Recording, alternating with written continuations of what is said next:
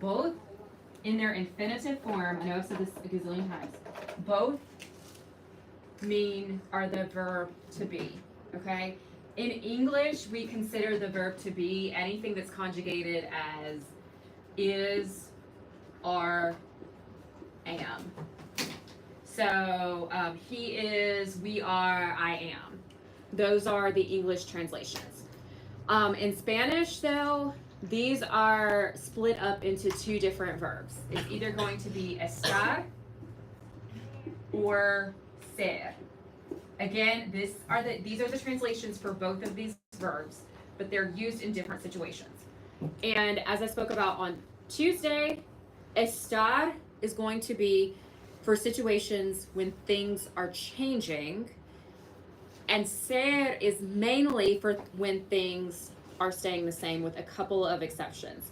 So give me the categories. I know Katie, oh, you already turned your paper in, that's fine. Do you remember, the two of you who were here, what categories you would use estar for? Yes, sorry, I'm looking for that worksheet. Play, no. That's alright. Yeah, where you were located. It is? Mm-hmm. I thought that was there. Mm-mm. Hold on. Pause, please. Hold. I'm very prepared for time. What is this? Where did you put my books?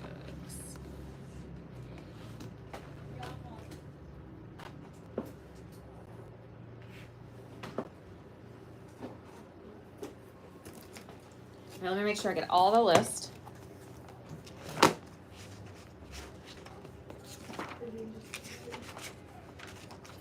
Okay, I know dead air is great for people watching, but I don't care. All right,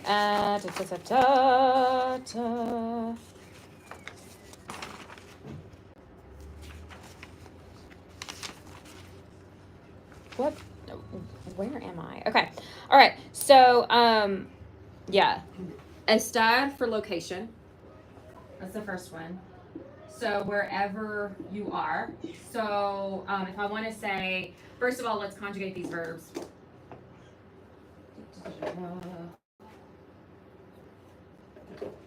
All right, so this is going to be estoy, estás, está, estamos, están, and then ser conjugates to soy, eres, es, somos, son. Okay. So if I wanted to say that I am at school, I'm going to use estoy, right? Because that goes with the yo pronoun. So estoy en la escuela, right? Estoy, because that's a location, that's where I am. That's something that can change, right? Most of you are not going to be staying in one location for your entire life, like physically staying in that chair for your entire life.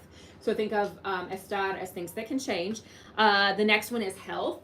So if you're sick, you're well, you have a fever. Okay, so our health can change. We've got emotions. Emotions definitely change, don't they? Yes. And then lastly, conditions such as it can be weather conditions. It can be like if something's clean or dirty, if something's old or new, any of that stuff, which obviously can change as well. Okay, for ser, we've got origin, so that means where you're from, occupation. So remember, origin's never going to change. Where you're from originally is set forever. Occupation, now that might change, but that's something that's set for more of a long time. Description, as in like, Katie is short. That is something that's not going to change. Or intelligent. That's something that's not going to change. That's different from emotions, right? Descriptions are different from emotions. Possession is one. So that means like who something belongs to. So el libro es de Katie, right? The book is of Katie. The book is Katie's. So possession. I think this is one that I don't always include, but the book includes. Time. So what time it is, and this is the one that does change. So this is basically the exception as well as date. Okay, so time and date are the exception to this rule because these change frequently. But the rest are things that are relatively set. Okay, so you're a relationship. Like you are my teacher. You are, okay, understand, right? Okay, yeah.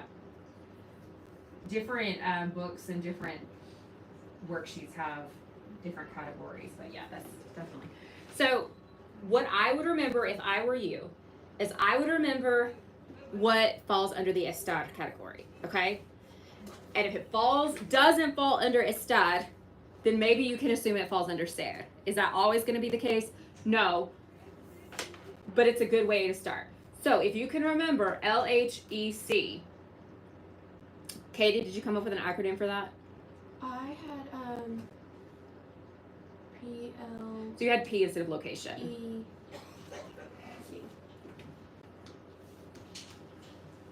What This does yours one stand for? Says, position, location. I left off action because we're going to talk about that. Yeah. Condition, emotion. Yeah, okay. I like these better to remember, but that was fine as well. Okay, so let's come up with LHEC. We're going to come up with, give me a name that starts with an L. Hey. Hey, I'm here. I just wanted you to know Oh, I'm here. okay. I didn't know that you were for me today. Perfect. Okay, I'll give you something in just a minute. Thanks.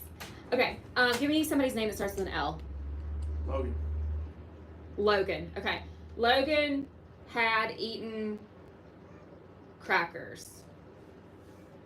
Logan had, what's something that you can remember? Caitlin, help me be creative. LHEC. Make it funny. Okay. Okay, we're putting Caitlin on the spot. LHEC. Mm-hmm.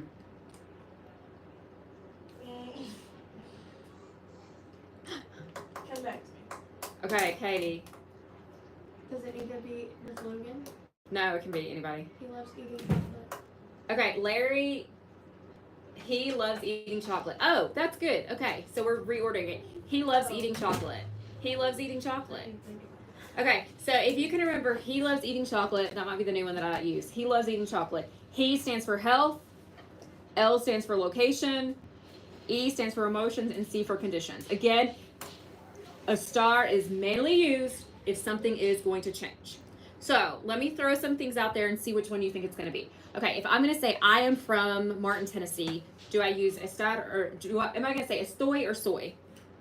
I am from Martin, Tennessee. Story. No, I'm from. It's going to be soy because that's my origin. Okay, if I'm going to say I am a teacher, which one am I going to use? Sir. Yes, so I'm going to say soy, right? Soy una profesora. Okay, if I'm going to say that I am sad, which am I going to use estoy or soy? A story. Estoy, sad. It's an emotion and it's something that changes. If I am going to say that it is 6 o'clock, am I going to say son las 6 or am I going to say están las 6? I couldn't tell you. What time is it? Time. Time. It's gonna be soon. It's going to be ser. It's going to be son las 6. That's the exception. Remember, that's the one thing that changes that's under the ser. If I'm going to say that it is January, am I going to say es enero or am I going to say está enero? Está goes under estar, es goes under ser. Which one am I going to say for January? It's January. You can look up on the board. Es enero. Okay, that's under the date time thing, that exemption. Okay, if I want to say that the dishes are dirty, am I going to say los platos están or son dirty? Does dirty change? Can dirty change frequently? Yes. So that's under estar. So I'm going to say están, right? Okay, this is something that you have to know for your quiz. You have to know the difference. And not only the difference, but which verb you would use. Okay, so I'm going to go around the room because I think we're checked out a little bit. And I want you to tell me which one of these Spanish verbs, conjugated, you would use. Okay?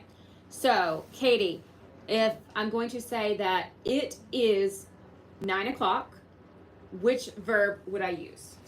It is. It is. I'm gonna say S. Perfect. Okay, Vivian, if I want you to say I am from Martin, which one of these conjugated verbs would I use? You're from Martin. Mm-hmm. That's gonna be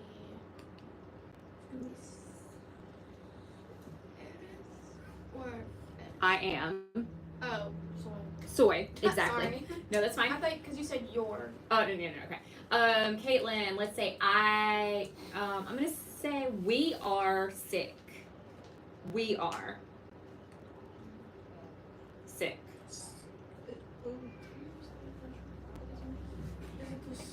This one? Oh. Sick is, So it's over there. it's over there. So it's this one? Yeah, estamos. Okay. Estamos. Good job. Okay. Grayson.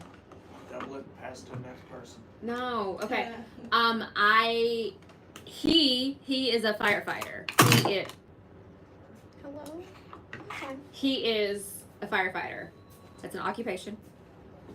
This is a hint. He is. Yeah. Oh, it's gonna be a sir, isn't it? Yes. So which one is it going to be for he is? S. S. Yes. Okay. And then Austin, how about we are at school? We are. First decide which column it's going to be in. Well, I know that's we. Oh, you. Which one is it going to be? Estar or Ser? Estar, because. Estar. Great, because that's location. So estamos. Yes. Good job. Okay. All right. So, do we have any questions about that? What's your acronym? He likes eating chocolate, Katie. Yes. He likes eating chocolate. You can remember that for estamos, but also remember estamos are things that are changing frequently, with the exception of time and date for under ser. So on Tuesday, you need to know how to conjugate these two verbs, but also when to use them. Okay, and that will be our quiz in its entirety. All right. Good job. Good work. Go team, go. Hold, please.